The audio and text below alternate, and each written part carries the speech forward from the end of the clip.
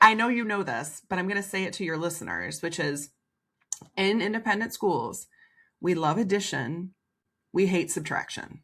We love Yes, to we add we things. hate We love to add subtraction. events. We hate subtracting things. And so that's why I said it's the cruelest because it's the hardest, right? Asking people to Yeah, subtract and to actually say, we're not going to do that anymore because we'll face backlash, because people will be upset, because we're not really sure if it was working or not, right? We're exactly. so that's step one is don't delegate something that needs to be gone. When you don't delegate, you rob people of the opportunity to learn. You're actually hurting them. You're robbing Yep. them of the chance to upskill themselves in all sorts of different ways. It's not about pushing them, but it's to say, like, you don't know if that person is going to be good at that thing until Until you've you given them allow the them to try the chance. thing. Right. Yeah. We're leaving that all up to the loudest voice in the room. We're leaving it up to the people who are most confident, most boisterous, most Mm-hmm. charismatic. And those have a Yep. tendency to be the men in the Yeah. room. Um, and so creating a more equitable, less biased process means we need a process You need a for process. checking in with people.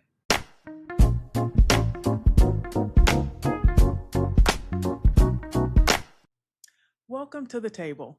I'm Bridget Johnson. Today, my guest is Rebecca Malotki Meslin, a leadership coach who works with women in schools on why delegating feels so hard and what to do about it. If you've ever been the one everyone turns to because they know you'll just get it done, but then you watch your plate grow because handing off felt even harder, today's conversation gives you language for it and a plan to change it. We get into why delegation isn't a skills gap, but a socialization one. Women are often praised for taking care of everything themselves, so asking for help feels like admitting failure. We also talk about why hoarding tasks isn't protecting your team, it's actually robbing them of the chance to learn. Rebecca's move for this week is simple. Before you hand anything off, ask what can be eliminated. Then pick one task and set the check in date up front so you're supporting and not hovering. Now, here's my conversation with Rebecca. Rebecca, how are you doing today? I'm doing great, Bridget. Thank you so much for having me. I'm so excited to have this conversation with you today. Absolutely. It's a pleasure. So, we're just going to jump right in. So, Great. I know you didn't start out planning to become a leadership coach. You landed in admissions almost by accident, similar to my story, actually. But walk us through that journey. Yeah, I my background educationally is in women's and gender studies and sociology. And so like a lot of liberal arts degrees, they prepare you for a lot of things and not a lot of things specifically. And I was fortunate to have some people in my life who kind of helped guide me into some nonprofit spaces. And so I Mm, ended up, after a few moves, after I got married, my husband and I ended up on the East Coast, and I was applying for positions in nonprofits. And there was a school down the road from where we lived, and I applied for a position as like an executive assistant to the head of school. And which those jobs, right? Like a yeah. lot of people could do, like there's not this specific like training that you go through until Right. you're in that position, right? And I was like, I can totally do that. I've done very similar things. But when they Yep. looked at my resume, they said, you look like you'd be good in admissions. I had done some recruiting when I was in my master's Ah. program. They saw some sales background, and so they put me in Mm-hmm. admissions. And of course, it was a beautiful fit. I'm a huge extrovert. I had been in sales when I was younger. I'd done a lot of Yeah. customer service, right? And loved it. Fell in love with the work. Really, after 3 schools and about 15 years, Mm. um, really felt like it was the right place for me. Okay. And over time, though, I started doing a lot of essentially mentoring. I started Okay. mentoring a lot of other women, and I could Yeah. feel that shift of that call. I'm going to call it a calling, like the call to come back Okay. to supporting women and girls. Like that's why I got Sure. a degree in women's and gender studies, was because Yeah. I really loved this notion of how can I support women in leadership? How can I close the gender gap in a lot of spaces, right? Mm-hmm. And so I started mentoring a lot of women, both at my own school, but really like across the industry. And as we know in independent schools, right, there's all of these associations that you belong to, and I belong to all of Absolutely. them, right? My local, my regional, my Yeah. accreditation, right, NAIS, all those things. Yep. And I would present at conferences, and women would come up to me and say, oh my gosh, I love everything that you're saying. Like, could we talk some more? Right. So I was getting a lot of those. Can I pick your brain? Can we talk some more? Can I pick your brain? Can we talk some more? Yeah. And I started loving that work more than Okay. I was loving admissions work. Mm. And so I said, what would that look like as a Mm-hmm. career? Like, how could I do that? Could I like make this jump?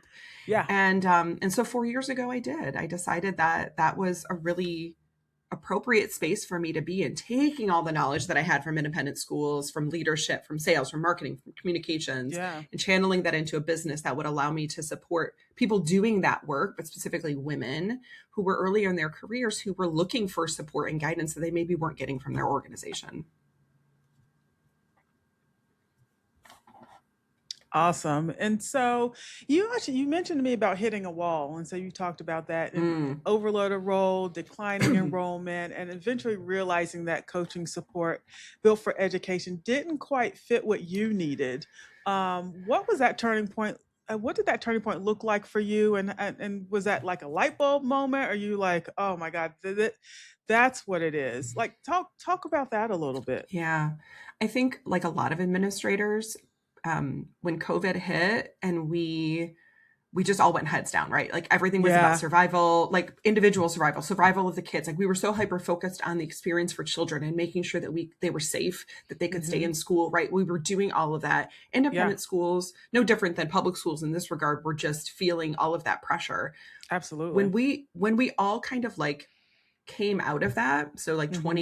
2021 going into, the 21-22 school year, Hmm. um, when we finally had a little time to To breathe, breathe, yeah. right? That was that moment where I kind of felt broken, right? I felt like Mm, there was so much weighing on my shoulders. We did have declining enrollment. I had learned that my head of school was going to be leaving. And mm, he and I had been together at that school the entire time. So we were both hired at the same time. So wow. 8 years we had been Yeah. together. And I really started looking around and saying, like, I don't know that I can, that I'm at my best anymore, right? So Yeah. so that coincided with this notion of what do I really want to be doing, but Mm, also, part of it too was seeing obviously what happened with COVID was such an anomaly, and yet it yeah. exposed so many, right? So many issues in the systems of our leadership teams, of the way our schools are run. I mean, like we Yep. all saw all the problems All really the vividly, things. Yes. right? And so you can see how that, like that juxtaposition with me going, I think coaching is where I want to go. And also now Hmm. I see all of these problems.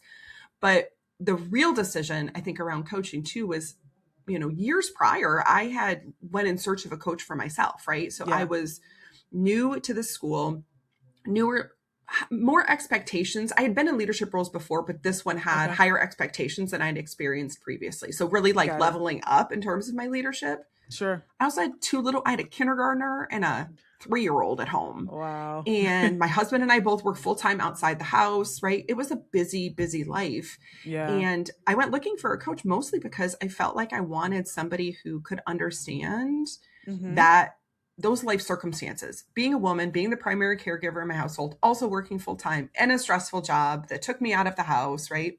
And Yes. and I could not find a coach that was specific to that, right? So somebody who served nonprofits, preferably schools, a coach who was a woman, a coach who was a woman who understand my life circumstances. And that was an aha moment that like I buried in the back of my brain, right? It was Okay. like, Yeah. this is an underserved population. Like we need Yeah. coaches who can, right? So you do that thing that you're like, this is what I needed Right. in 2013, right? Like this is what I needed in 2014 and I couldn't find it. And, Mm. there's, again, what a privilege it was to be able to look around and say, man, there's like, we need this.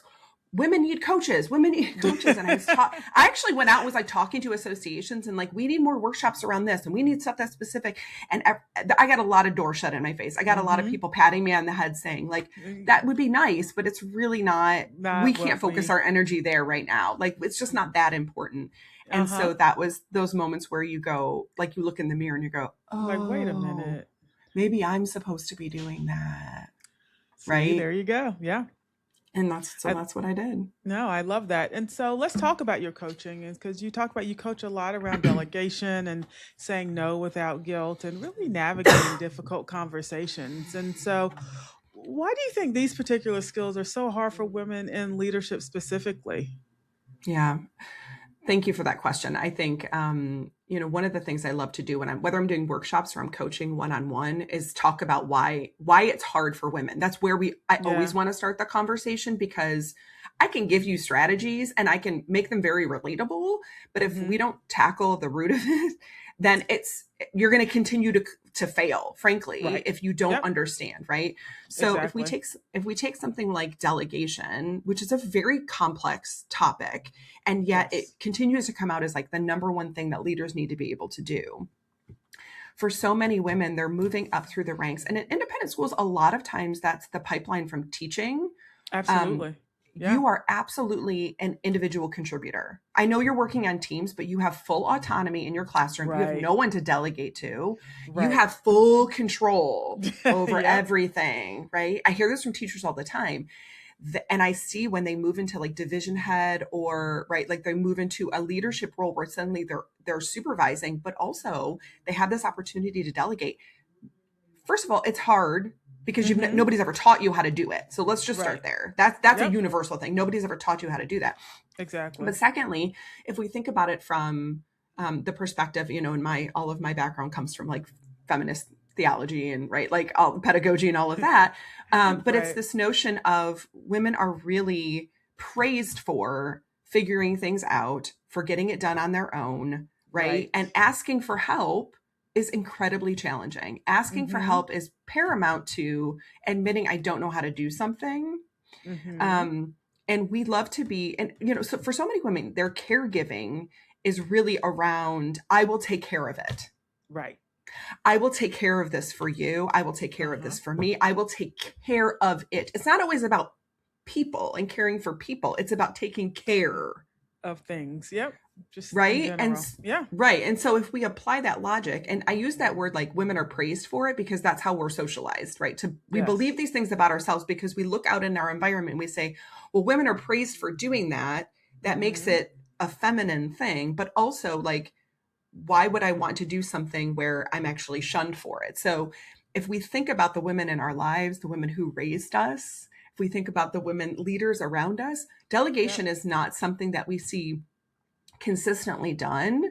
Yeah. um and instead there's a lot of, I just give it to me and I will take care of it. Give me the ball, I'll get it across, Yeah. right? I'll figure it out. Yep. I'll figure it out. And so shifting from that to, I'm going to create a plan to delegate to others and offload things in a way that creates an even distribution of labor, is feels like an absolutely bananas notion for a lot of women.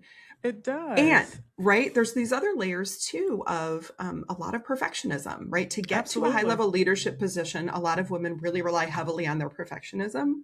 You take Mhm. that into consideration. Let's just play this out for a second. I'm Yeah. going to hand something off to somebody, Be and like, "Oh, now I'm wait. look Wait a minute. Mm-mm. right. No thanks, And Rebecca." what if they don't do Mhm. it the way I want it done, the way I would do it perfectly, right? Yeah. So we hold other people, especially if we think about people who are training in a new position, people who have never Mhm. done this task before, we hold them to a really unreasonable standard that's Right. really rooted in our own perfectionism, right? Yeah. So I mean, so you can start to see like there's all these layers to delegation that you have to start pulling apart. Falling apart. And instead, what happens is we have your head of school or your supervisors telling you, they see you're overwhelmed and they go, you need to delegate more. That's the instruction. That's like the whole instruction. That's You the just need whole to thing. delegate Yep. more. Yeah. And Just do I it. mean, I have like a 50-step process that I go through with clients, right? And I go through in a workshop to be like, it is complicated. Yeah. And I want you to be aware of all of these sticking points so that you can catch yourself in the moment and move through it, right? But I think delegation is a perfect example of, we've never been taught this. It's really goes against so much of our socialization as women, Yeah. right? And um it's okay to admit that it's going to be hard, but we need some guidance and some support through it.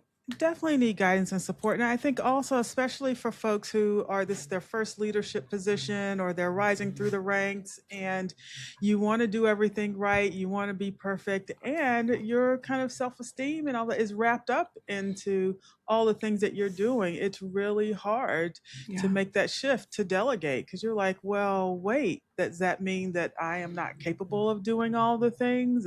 Am I good enough? And so all of those questions that people ask, and you're asking those things to yourself in a refrain. You're not asking anyone else about it, right? And so you're having these internal dialogues with yourself, and generally those don't go well. And when we start to kind of negatively spiral into, well, if I don't do it, then how are people going to view me as a leader? And so I suffer from that myself as well, Yeah. especially, you had a family. I was single, and I think we had this conversation before. Like, there was one point in my career as a single woman, like people would just say, well, give it to Bridget. She can do it. And so, because, everyone else has other responsibilities. And I felt like, well, I'm supposed to be doing it, right? Because I'm here and I'm single and I don't need time for myself, right? I just need time to do everything for everyone else. And so Yeah.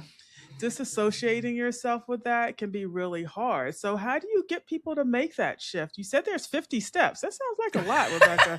It's probably not I 50. It's probably more I'm like like, 10. I don't like, I might need a year for that. Like, how do you get people to make that shift, and what does that look like? Well, first of all, saying that it will take a year is actually not an. I mean, because I think it's a process of failure will be a part of that process, which means we need to go through that process of failing and then recovering from failure. Yeah. Right. So it does take a lot of time. What I really encourage is, first of all, we have to like commit to it. Like anything, Yeah. you have to commit to like, I'm going to be delegating more. Okay. I really, and it's not just I have to commit to myself that I'm going to do this. Yes. And then the next conversation is now I need to have a conversation with my team, Yeah. right? I need to tell my team, this is a goal I've set for myself. The thing is, what a lot of women are worried about or afraid of is that their team is going to be like, we're already overwhelmed. We can't take on anymore. And the truth is, a lot of teams will say, yeah, we see that you're drowning. And actually, we've been wanting to help you. Right? Because what good is a leader who's Yeah. drowning? Their Uh-huh. needs aren't being met. If you're Exactly. overwhelmed and you can't make your one-on-ones, then they're drowning too. So right, it's so counterintuitive though to the woman in the moment who's trying Right. to not burden her team, right?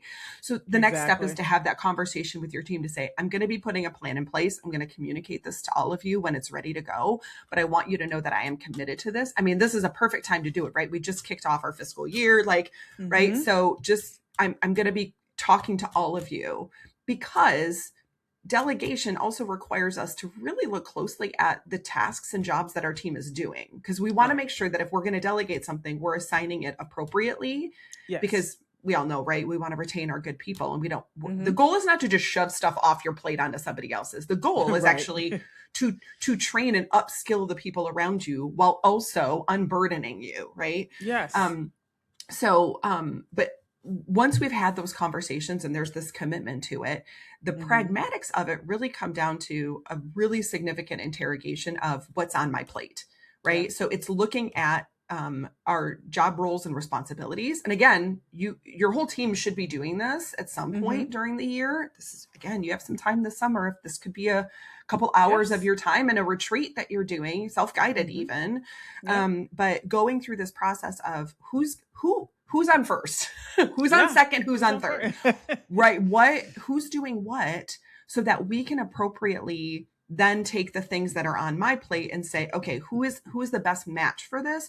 Who's got Mhm. capacity? Who doesn't? Right? And it could mean shifting things around for other people as well. Right. But as you interrogate that, and that's the multi-step process, but as you're looking at those lists of roles and responsibilities, then we get into the tasks within them. Uh-huh. One of the first things I really love people to do, and it's actually cruel because it's the hardest thing to do, Mhm.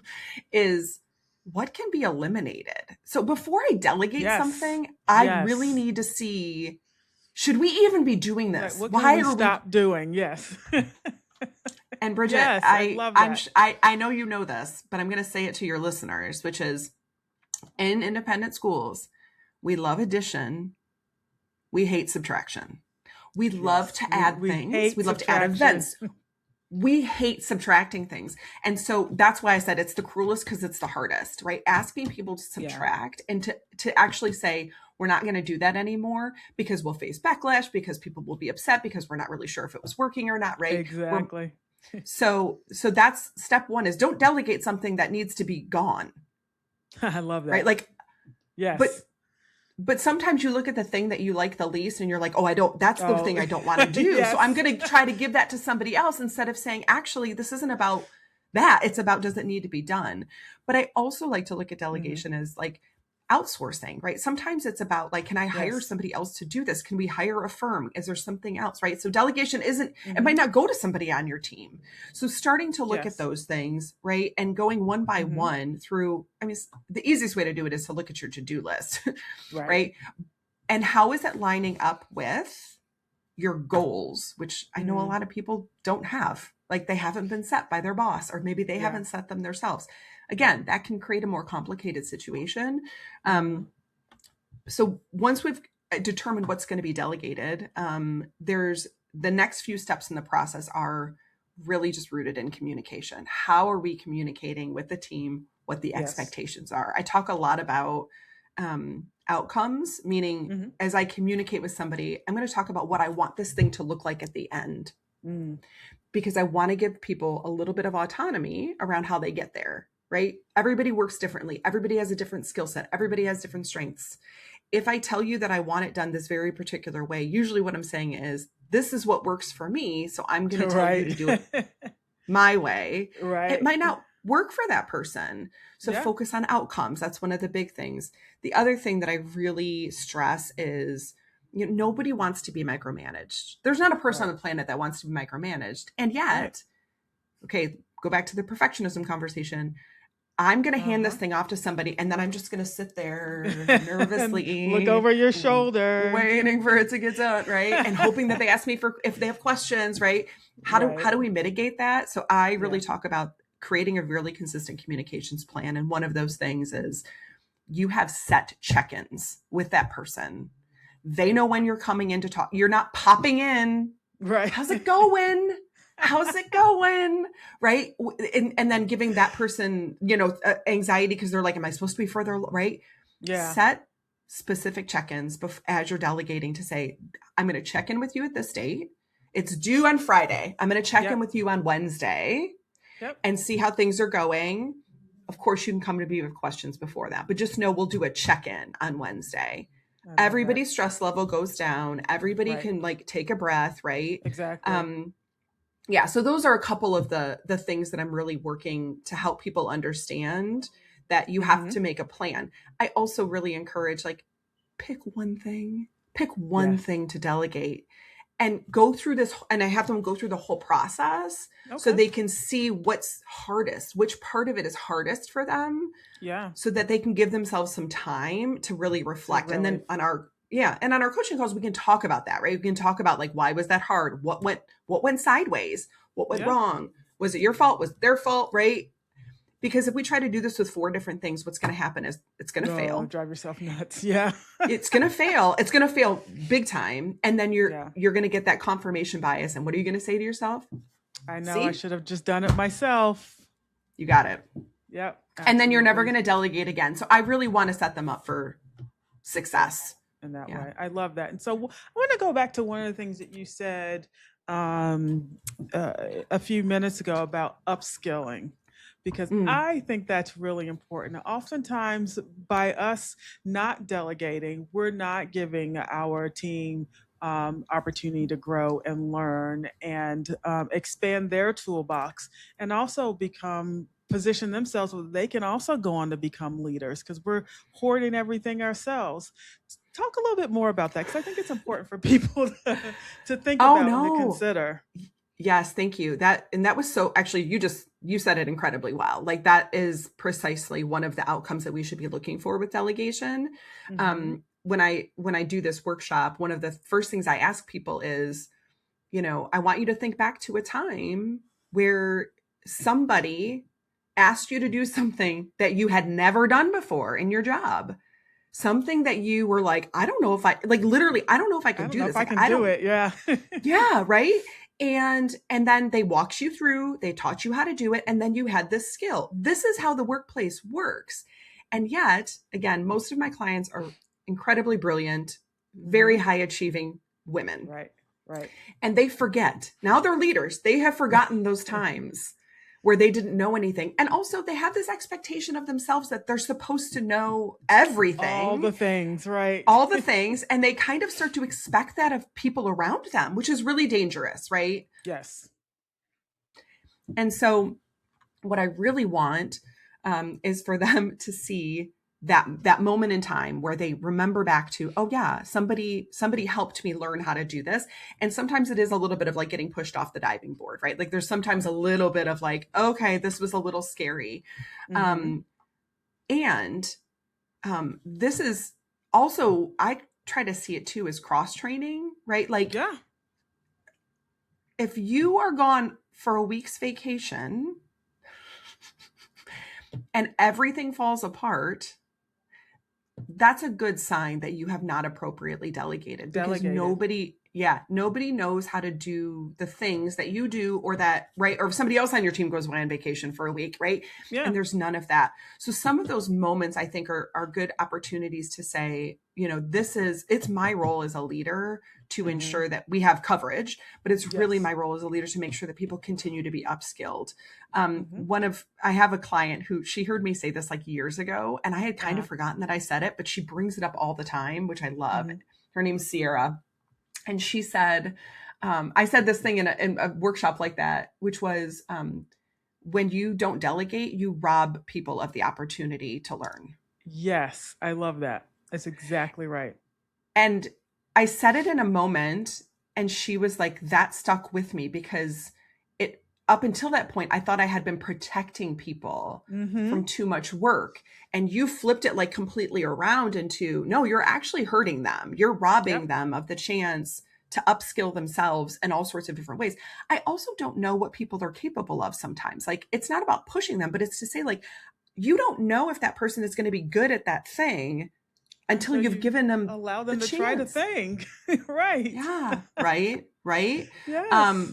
But again, I'm going to go back for a second. I think there's a Okay. narrative that has been ingrained in women that many of us have experienced either personally or through other people.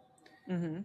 Um, uh, Somebody who is masculine presenting person who just shoved stuff off onto other people, Yeah. and was looking for any chance to not work, and was pushing things off onto other people. Right. And while those people might be few and far between, a lot of times we associate that with masculinity, or we associate that with men, and it becomes this notion of like, I don't want to be that person. Got it. Yep.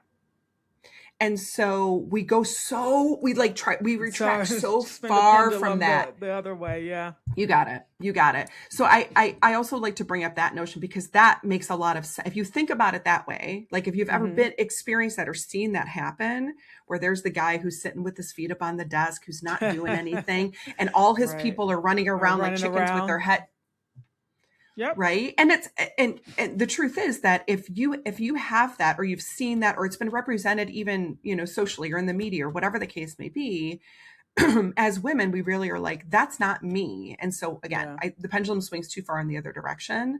Yep. I'm offering, there's a middle ground there where we Right. can delegate really with empathy and kindness, but also like as great leaders. Awesome. I love all of that. And so, but let's switch gears just a little bit, because you Yeah. also work with organizations directly on inclusive leadership training. And so, what does that look like in a school setting?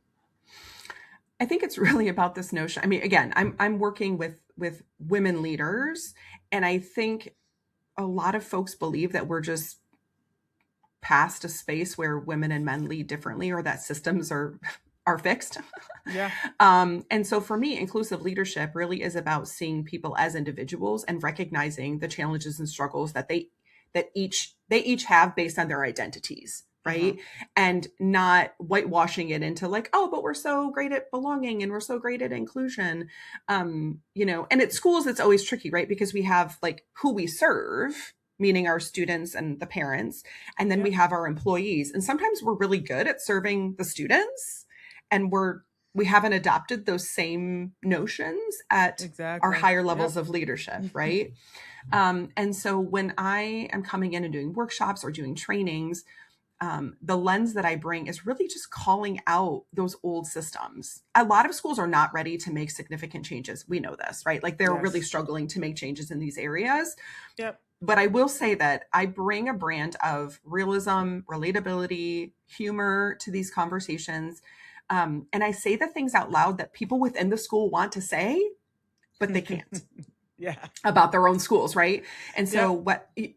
so as consultants, we have, that's one of our many privileges, is to be able to come in and say, yeah, this is kind of messed up, like this shouldn't be this way. And that can look like anything from what are our policies around things like maternity leave or paternity leave or Mm, parental leave, right? It can look yeah. like something like just the way that we're approaching conversations Hmm. around leadership as a team, Yep. and thinking about, who gets access to certain things. It's still very biased towards white folks and male Yeah. folks. Yeah. Um, these heavy leadership roles that were designed by, for, and still continue to be, right, in service of a very Yep. specific population. It's really about calling it out as a baseline, and using my privilege as a consultant to be able to have some of those harder conversations and take a Yeah. temperature and say, Yeah. like, how can we start to move this needle for you all, and are you going to make it a priority? Yeah, absolutely. And so you also talked about, bias in terms of who gets developed as a leader. And so where do you most often see that bias showing up in schools and how they identify those folks? Yeah, I I'm going to talk about succession planning for a second because I think it's really related to that. Okay. When we, or just let me say the lack thereof, most independent schools don't really have any sort of succession planning. What I've witnessed at a lot of schools is somebody vacates a position unexpectedly, And then you're and scrambling. yep. And you scan the environment and you look Yep. for the person who is most capable, has been there the longest, right? Yep. And I would say sometimes just the smartest person in the room. Yeah. And to be fair, a lot of times that is a woman, right? Our schools are 75 to 80% female heavy in terms of employees, right? So there's a good likelihood that Hmm. so it's that in that moment the problem isn't a woman ascending into that position. The problem is that she's in no way, shape, or form ready to take on a leadership role because you've done nothing to support her. Mm, And so now she's being set up for failure.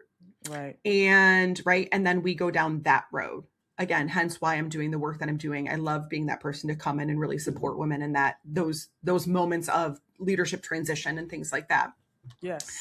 If we were to design programs that, with the intention of not just succession planning, but equitable leadership transitions, right? We actually Hmm. have to take the temperature of everybody in the room. We have to have equitable conversations first. So what does that look like? That looks like not just waiting for the male teacher to walk into the head of school's office and say, hey, I'd really like to be a division head. And that head of school going, great, the next position that opens up is yours because, you're the only one that's put their name, that's told me, Right. right? And then there's 5 other women who, again, due to our socialization, due to like whatever structures have been in place at this school and other schools, didn't think that they could do that. They didn't even know Right. they could walk into the head of school's office and say, hey, put Hey. me in, coach, I'm ready to Yeah. play, right? And so if you want it to be equitable, what you have to do is create a system of conversations, a system of, right, engagements with all of your staff Yeah. that allow you the opportunity to say, what are your plans for the future? I mean, most of my clients, when I talk to them, I'll say, like, have you talked to and some of them are like, let's say a lower level staff member, like moving into leadership. So it might be their director of enrollment or their division head or whatever it is. Have you talked to the next person up about what your goals are? And I don't mean your current goals, I mean your career goals. And most Right. of them are like, no, they've never asked me that. And I don't really, I'm afraid to say something. I don't want them to think that I want to leave.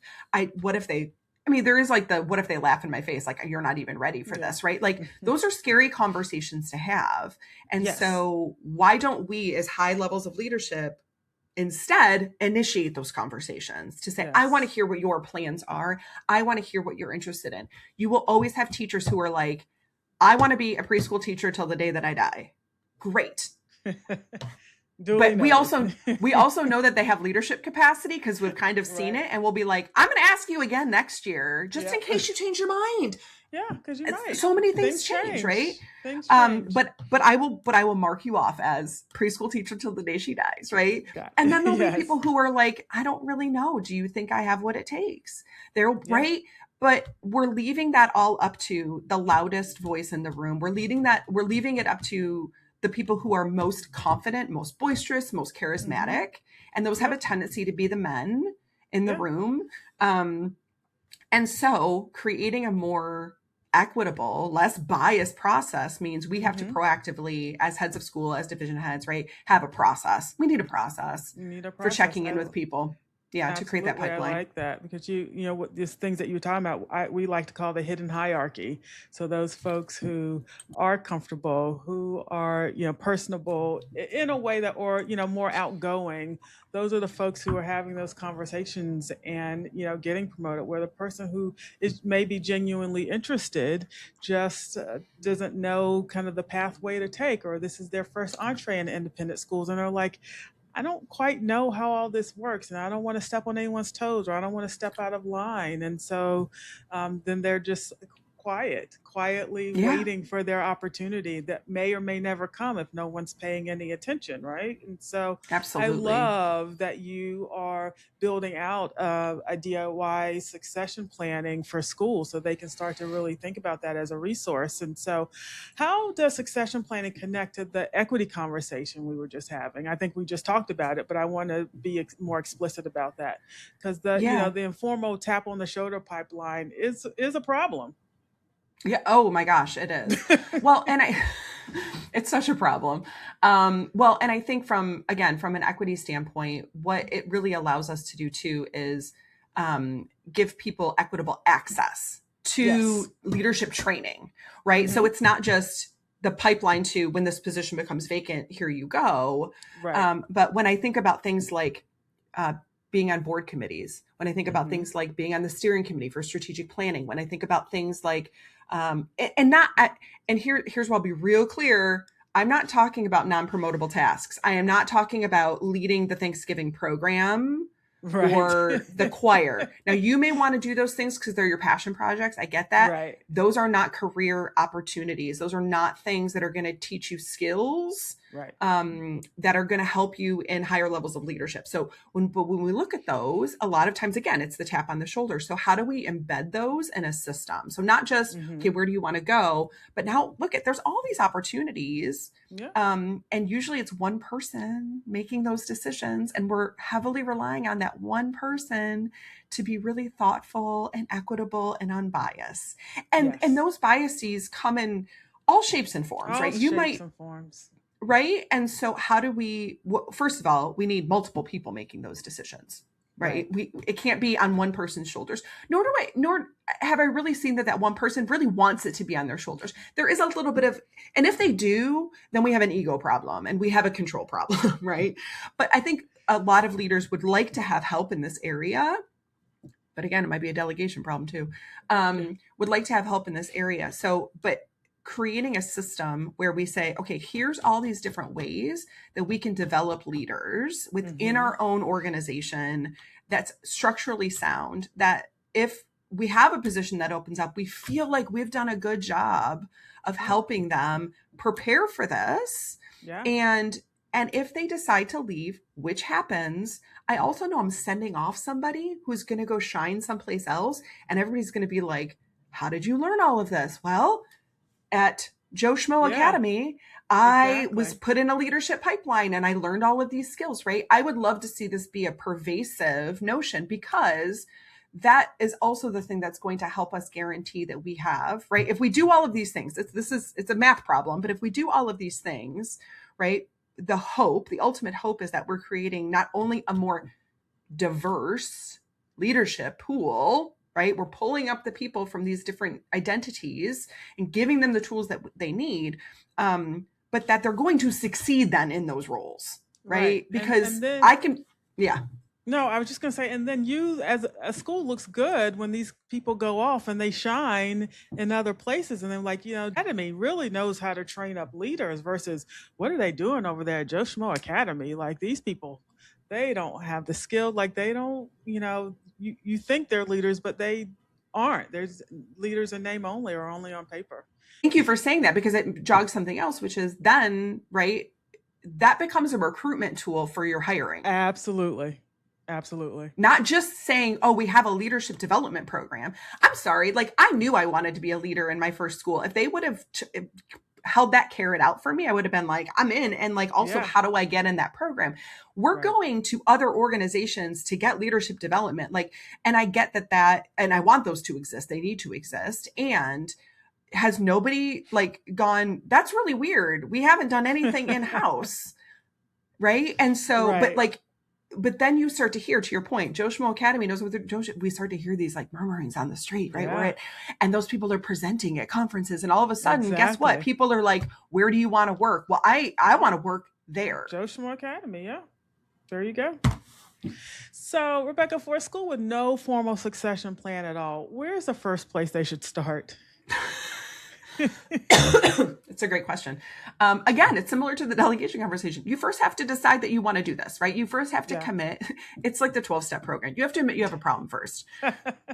So first, you have a head of school and a board of trustees that says, yes, we want to invest, because there is a financial and a resource investment in doing this. Even if you did it on your own, right? There's a time, there's a money commitment.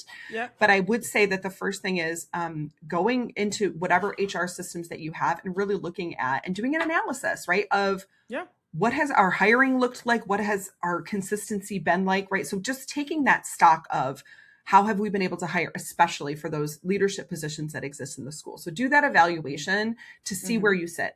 What you will find is that a lot of schools think they're much better at hiring and retaining than they are. Yeah. And right, there's an offshoot of this, which is like that whole process probably needs to be evaluated. And I'm not in HR, so that's not what I do. But I think that's a part of a process that's adjacent to this. But looking at those numbers, just so you can be clear with yourself about, and I think that just doubles down the commitment to say, like, we're committed to evaluating, right? We've committed to like looking at this closely, and then let's pull some numbers and see what that looks like. Next is to say, like, here's the deal. Positions will be vacated. Nobody stays forever. We know this. This is just life. That's how it works. This is just life. And so looking at, okay, let's take 2 positions. Let's take 2 positions. Maybe have had higher turnover. Maybe it's a lower school head and your CFO, I don't know, pick 2 positions and say, and start playing with this idea of what would a succession plan for these 2 positions? And I would offer put them in very different departments, because those are going to play out a little differently. But take some time to brainstorm with a small group of people who you pulled in to say, what would leadership development for this person look like? And pull that person from that position and say, what didn't you know when you stepped into this position? I like that. Right? Yeah. What could you have, what could we have done better? Now, the development, I would love to see happening in-house, as I mentioned, being on board committees, being on strategic planning committees, those sorts of things. But there's also so much PD, right? Whether it's conferences, whether it's coaching, whether it's whatever. It for smaller schools, it's going to be, how do we use the resources that are available to us and start pulling those in to make a plan. But especially for, and I come from small schools, so I have a special place in my heart for developing programs for small schools, is even if you picked one position and said, we're going to go through this process and see what it looks like. How much time did it take us to really evaluate this position and think of a succession planning process for it? How long did it take us to really like map this out? And right? Because if it feels overwhelming for one person, I get that. That means it's going to be hard to do it across. So how do we scale this in a way that it's sustainable? Yes. Right. I love that. I'm such a big fan of saying, like, you don't have to, committing is the most important thing, but you also don't have to say, like, we're going to make this big program and everybody needs to get involved and it's this huge thing, right? Like, I really firmly believe in piloting things. I really firmly believe in saying, like, we're just going to play around with this idea and see what it looks like and see if it has wings and see, right. And let it kind of lead you, because really you're starting from nowhere. Most schools are starting from nowhere. Yeah. Trying to create, I think about this as a business owner, maybe you do too, but like, gone are the days of like giant business plans, right? Like nobody makes like a 50-page business plan and then starts to execute on it. Like it's a 5-page plan, and then it's iterations, right? We're constantly. So that's also how I see schools have not done a good job of this. They really like giant, grandiose plans, like strategic plans. Yeah, they do. Although that's starting to change. But I see that this way, which is small, start small, play with it, practice with it, see where the pain points are, iterate. Awesome. I love that. And so, Rebecca, as we start to wrap things up today, if someone listening wants to work with you or check out Confidently You, your podcast, where should they go? So I am pleasantly aggressive everywhere. I was fortunate enough to get the handle pretty much on every social media and website. Pleasantly aggressive everywhere. I'm just pleasantly aggressive. So you can go to pleasantlyaggressive.com. You can see all my offerings. I have for the fall for 26-27 school year. I do a leadership circle for women, which is just for enrollment and admissions directors, since I come out of that space. And we do a small group cohort for women leaders. So that's my group coaching. I also do one-on-one coaching. You can learn all about that on my website as well. I pretty much live on LinkedIn. It's like my favorite place to exist. And so I provide free content there almost every day. I'm sharing notions and stories, talking about things like delegation, perfectionism, all of this, but also sharing what I have going on in terms of if you want to sign up for a workshop that I'm giving. So LinkedIn's a good place to catch me as well. And but if you go to my website, you'll also see my links to this podcast when it's available, but also my Confidently You podcast too. Wonderful. Rebecca, thank you so much for being here today. The work you're doing to help women in schools and nonprofits find their voice, set boundaries, and grow into the leaders they're meant to be. That's exactly the kind of work this table exists to lift up. So I'm so grateful for your insight and your honesty and the practical wisdom you brought to this conversation today. If you want to learn more about Rebecca's coaching and consulting work, again, visit pleasantlyaggressive.com, and we'll include that link in our show notes. And be sure to check out her podcast as well, Confidently You, Women in Leadership, wherever you get your podcasts.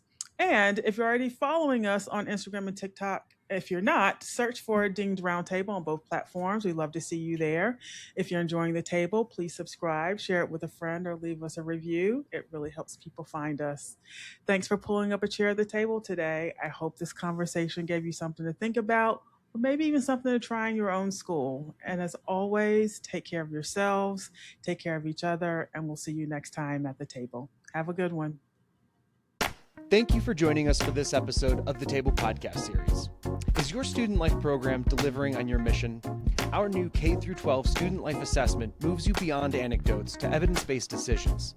Through comprehensive stakeholder surveys and expert analysis, you'll get concrete insights across 8 essential dimensions of student life, from culture and wellness to staff effectiveness and resource allocation.